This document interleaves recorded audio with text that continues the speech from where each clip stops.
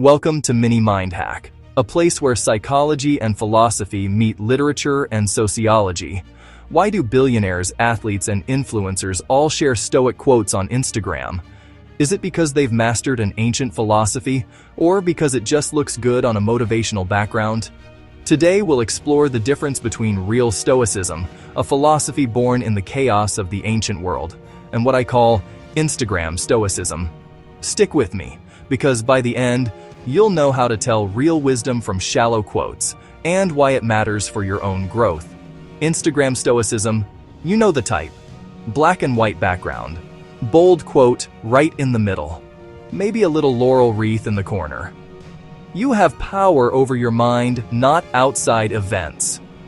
Then a tag like a stoic.daily. Instant wisdom neatly packaged in a square. I'm sure you've seen posts like this. Maybe you've even shared one. And honestly, sometimes they really do help. But here's the catch. If we stop there, if Stoicism becomes only quotes, we lose what made the philosophy powerful in the first place. Let's rewind for a moment. Picture Athens around 2,000 years ago. Busy markets, political chaos, wars simmering in the background. A man named Zeno loses everything in a shipwreck. His whole fortune gone overnight. Wandering around, he stumbles into a bookshop, picks up a text about Socrates, and gets hooked. From there, he begins teaching in the painted porch. In Greek, the Stoa. That's where Stoicism gets its name. But Stoicism wasn't just abstract philosophy, it grew out of a social crisis. Greek city-states were giving way to sprawling empires, old civic ties were breaking down, life felt unstable, uncertain, and people were constantly on the move. Stoicism met that need. It said, look inside for stability when the outside world is chaos. Draw a clear line. What's in your control? Your judgments, your decisions, your actions, and what isn't? Luck, politics, other people's choices. It offered practices, daily reflection, rehearsing loss, checking impulses, a whole system for resilience and moral clarity in a volatile world. Zeno, and later Seneca, and Marcus Aurelius weren't giving out simple, think positive tips. They built a framework, logic, ethics, and daily habits to live by. And the real question they asked was, how do you stay sane and decent when the world itself is unstable? How do you hold on to your humanity when you can't control politics, fortune, or even tomorrow? That's the origin story. Now fast forward to today. Instead of a painted porch, we've got Instagram. And instead of long arguments about justice or duty, we've got slogans, bite-sized stoicism, shareable stoicism, stoicism with filters. And listen, I'm not here to shame it. I've had days where a quote like, it's not things that upset us, but our judgments about things actually stopped me in my tracks and helped me breathe. Those tiny reminders can work. But here's where it gets tricky. When those reminders float free of their roots, they can turn from medicine into sugar. Sweet, quick, but not nourishing. Think about this. Seneca wrote whole letters, dozens of pages, about how to live well, how to face death, how to treat friends, how to handle fortune. Pull out one sentence. We suffer more in imagination than in reality. And sure, it looks wise on your feed. But without context, it can be misread. It can sound like, stop complaining, it's all in your head. Imagine saying that to someone who just lost their job, or someone stuck in an unfair system. That's not philosophy. That's victim blaming disguised as wisdom. And this is the first problem with Instagram Stoicism. It simplifies. It cuts the roots and leaves only the pretty flower. But flowers without roots don't last.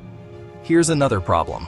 Stoicism was originally about community, about justice, about duty to others. But online, it often gets packaged as a personal survival kit, a self-optimization tool, something for productivity or hustle culture. You see Stoic quotes in startup slide decks, in leadership seminars, in ads for coaching programs.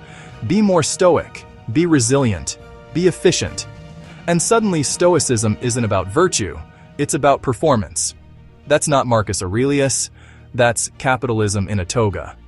And then there's the emotional side. You've probably heard people say, be stoic, meaning don't show feelings. But the real Stoics never said, "Don't feel." They said, "Notice your feelings, then decide how to respond." That's a big difference. Instagram Stoicism often collapses into the tough guy version. No tears, no complaints, no weakness. But repressing emotions isn't wisdom. It's just bottling up until you explode. Psychologists even call it toxic stoicism, and they've found it can make people, especially men, less likely to seek help, more likely to suffer silently. That's not philosophy, that's harm. Now let me give you a picture. Imagine Marcus Aurelius. He's not on a stage with a TED Talk headset. He's in a war tent, sick, tired, trying to keep an empire together. He opens his journal and writes, "You have power over your mind." He's not posting that to impress followers. He's reminding himself not to lose it, not to give up on kindness, even when the world around him is brutal. That context changes everything. And that's really the point. Context matters. Without it, Stoicism can slide into slogans that justify injustice, sell you products, or shame you for being human. But here's the hopeful part. Instagram Stoicism doesn't have to be fake. For some people, that square image is a doorway. One sentence can spark curiosity. Who was Marcus Aurelius? What did Seneca really mean? If the quote sends you to the book, if the post pushes you to practice, then it's done its job. So how do we make Stoicism more than just a feed aesthetic? 3 simple moves. First, whenever you see a quote, pause and ask, where does this come from? Read the paragraph, not just the line. Sometimes the story around it changes the whole meaning. Second, turn words into action. Don't just double tap, control what you can. Actually try it. Tonight, write down one thing that frustrated you. Then circle only the part you truly controlled. That exercise is Stoicism in practice. And third, remember Stoicism wasn't only about you. It was about living justly, being a good friend, a good citizen. Virtue isn't shown in posts. It's shown in how you treat people, especially when things get hard. If you want to go deeper, I'd point you to Marcus Aurelius's Meditations. That's his private journal, not written to impress anyone. Or Seneca's letters to Lucilius, full of personal advice, failures, and reflections. For modern guides, Massimo Pigliucci's How to Be a Stoic or Donald Robertson's How to Think Like a Roman Emperor bring it into today's world. And if you're curious about the bigger picture, how our culture turns philosophies into brands, Byung-Chul Han's The Burnout Society or Zygmunt Bauman's Liquid Modernity are eye-openers. They explain why we crave quick wisdom hits instead of slow-lived practice. But let me end with this.